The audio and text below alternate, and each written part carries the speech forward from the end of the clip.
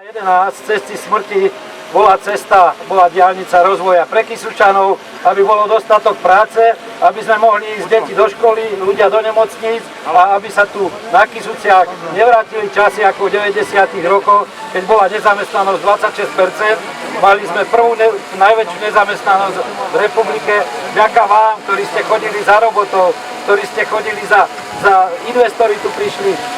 Teraz relatívne je dostatok práce, ale pri takejto doprave neviem, ako sa bude vyvíjať. Toto bolo len ročné vyústenie, ak jednáme s ministerstvom dopravy, ktoré oficiálne nám poslalo list, kde posúva zahájenie týchto úsekov Brodno-Kysucké Nové Mesto a Kysucké Nové Mesto Oštadnica o 5 rokov. Tento rok sa malo na jeseň začať s týmito úsekmi. Žiaľ, tento rok sa neurobilo na prípravu diaľnice D3 na týchto úsekov nič. Veľká vďaka vám a dúfam, že toto, takéto mohutné